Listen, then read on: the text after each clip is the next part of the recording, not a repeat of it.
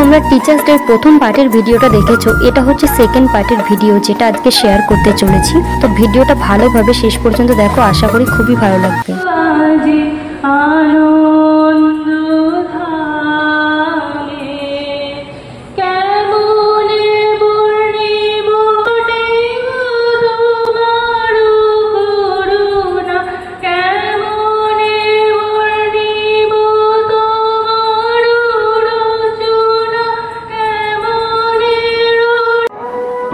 তো দিদিটার গান শেষ হতে আমাদের এখানে সবার প্রিয়, আগের ভিডিওতেও নাচ করেছে তুলিকা ওরফে মেঘুলা।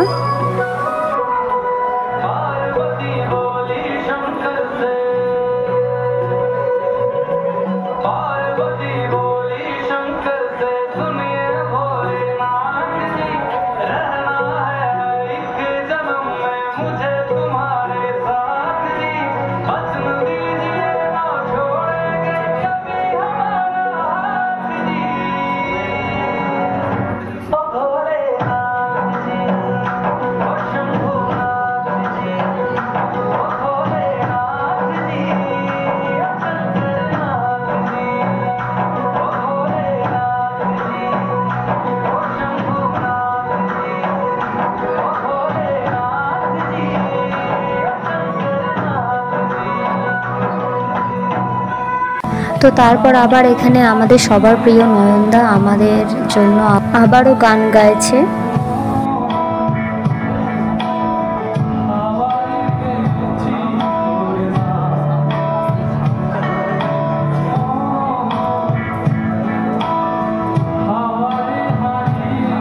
একটা জিনিস দেখে আমার খুবই ভালো লেগেছে যে আমার নাচের সময় সবার যেভাবে এনার্জি আসছিল, আর বিশেষ করে কমলা নৃত্য করে এই নাচটার সময় সবাই যেভাবে হাতে তাল মিলিয়ে তালি বাজাচ্ছিল, এটা দেখে না আমার খুব ভালো লাগছে। প্রথম পার্টটাই আমি করেছি কি, একটা কালো চশমা পরেছিলাম, তো সেটাই একটু স্টাইল মেরে হেঁটে ফেলে দিয়েছিলাম। ওটাতেই সবার খুব আনন্দ লেগেছে, যদিও ওই অংশটার ভিডিও করা হয়নি, ওটা ছিল একদম বেস্ট মুহূর্ত। সবার এত এক্সাইটমেন্ট দেখে আমারই নাচের প্রবণতা বেড়ে যাচ্ছিল।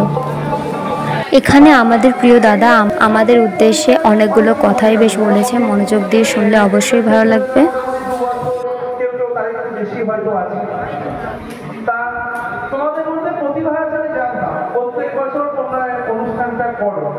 আমি আজ এবছর কোনো ব্যাচকে করতে দিইনি, কিন্তু তোমাদের ক্ষেত্রে বারণ করতে পারিনি এই কারণে, কারণ আমি জানি এদের মধ্যে একটা বড় প্রতিভা আছে, যেটা মানে আমি যদি বন্ধ করে দিই বা মানে বন্ধ করার কোনো কিছু বলি সেটা খারাপ হয়।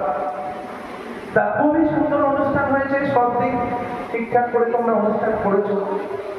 তা আমি অন্য কিছু কথা বলবো। প্রথম যে কথা, যে আমার ভূমিকা তোমাদের সাথে মানে তোমাদের ক্ষেত্রে আমার কি ভূমিকা সেই বিষয়টা আলোচনা করবো। তোমরা আমার কাছে কখন আসো? ম্যাক্সিমাম সব 18 বছর হয়ে যাওয়ার পর, ইদানিংকালে এখন ওই 12 ক্লাসের পরে একটা চল দেখা দিয়েছে, তাই না হলে বেশিরভাগই গ্র্যাজুয়েট, না হলে হয়তো এমএ করে আমার সঙ্গে তোমাদের সঙ্গে দেখা সাক্ষাৎ হয়, এবং খুব অল্প সময়ের জন্য দেখা সাক্ষাৎ। আগে এটা 1 বছর ছিল, 6 মাস ছিল, এখন কালে ফেরে নিয়োগ প্রক্রিয়া মানে যেহেতু একটু আর্থিক দিক থেকে সম্পন্ন, আর্থিক অবস্থা একটু ভালো, তাদের প্ল্যান বি বলতে আমাদের রাজ্যে ব্যবসা করা, আর যার বাবা দিন আনে দিন খাওয়া, তাদের বাবা প্ল্যান এ বি বলে কোনো কিছুই নেই, এটাই প্ল্যান এ, এটাই প্ল্যান বি, এটাই প্ল্যান সি, পেতেই হবে বাবা সরকারি চাকরি, আর কোনো প্ল্যান নেই। সরকারি চাকরি পেতেই হবে এরকম কোনো ব্যাপার নেই, সরকারি চাকরি পেলেই জীবন একদম মানে একদম পশ্চিম গতিতে চলবে, আর সরকারি চাকরি না পেলে জীবন ধ্বংস হয়ে যাবে, এটা কোনো মানে নেই। কিন্তু হ্যাঁ, সরকারি চাকরি পেলে জীবনটা হয়তো না একটু ভালো হয়। কেউ হয়তো নিম্ন মধ্যবিত্ততে আছে, সে চলে আসবে মধ্যবিত্ত, যে মধ্যবিত্তে আছে সে উচ্চবিত্তে, তোমার বাবা মা দাদা। তো এখানে আমাদের প্রিয় দাদা আমাদের মোটিভেট করার জন্য অনেক কথাই বলেছে, যেগুলো খুবই গুরুত্বপূর্ণ আমাদের জন্য। তার কিছু কিছু মেন কথা তোমাদের সাথে শেয়ার করলাম, বিরক্ত বোধ হয়ে যেও না। আর তোমরা তো প্রথমে শুনলে যে দাদা আমাদের অনুষ্ঠানটা করতে দিত না, কিন্তু অনেক রিকোয়েস্টের পরই আর কি অ্যাকসেপ্ট করেছে। আর যেহেতু আমরা দাদাকে এবছরে গিফট দিচ্ছি না, ওই বাচ্চাটা আর চিকিৎসার জন্য প্রতিটা ব্যাচ থেকে আমরা টিচার্স ডের যে চাঁদাটা তুলি, তো সেই চাঁদাটা তুলেই আর কি দেওয়া হবে, সেটা বাচ্চাটার চিকিৎসার জন্য কাজে লাগবে। তো আমরা এখানে টোটাল কতগুলো ব্যাচ পড়ি দাদার কাছে, আর কত টাকা মোট উঠেছে সেটাই এখানে লিস্ট। তো 30,440 টাকা উঠেছে, আর সব থেকে বেশি টাকা উঠেছে ফাউন্ডেশন ব্যাচ থেকে। অনেকেই যাদের সামর্থ্য আছে তারা দিয়েছে সেই রকম। কেউ এখন ওসি পোস্টে আছে, কেউ সিরিয়ালে চাকরি করে। এই 10 বছরে আমার থেকে অনেক উঁচু পোস্টে অনেক সম্মান নিয়ে তারা থাকে। তো অনুষ্ঠান তো আমাদের প্রায় শেষের দিকে বলতে শেষ হয়েই গেছে প্রায়। তো এই দাদাটার একটা কথা খুবই ভালো লেগেছিল, যে বলেছিল যে সব কিছুরই যেমন সমাপ্তি ঘটে, এটাও ঠিক সমাপ্তি ঘটছে ঠিকই, তো কোনো দিনই কোনো কাজের সেই সমাপ্তি ঘটে না। তো এই দাদাটা একটা কথা বলেছিল যে আমার গল্পটি ফুরলো নোটে গাছটি মুড়লো, ঠিক এই রকমই এই অনুষ্ঠানের পর্ব শেষ হলো। তো দাদা মানা করেছে কেক কাটার ব্যাপারটা, তো আমাদের মেন যে ছিল দায়িত্বে, তো সে একটা কেকও কিনে এনেছে দেখছি, তো সেটা এখানে কাটিং করা হচ্ছে।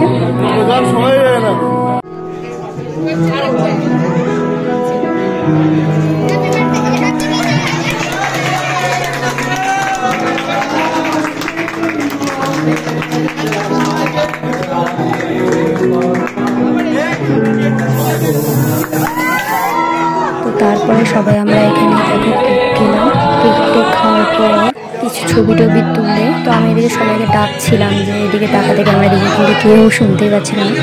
আর এদিকে দেখো আমাদের অনুষ্ঠানটা প্রায় শেষের দিকে। তো এটা ছিল টিচার্স ডে সেলিব্রেশনের সেকেন্ড পার্টের ভিডিওটা, যেটা তোমাদের সাথে শেয়ার করলাম। কেমন লাগলো অবশ্যই কমেন্টস করে জানিও। আমার চ্যানেলটিকে সাবস্ক্রাইব করে দিও।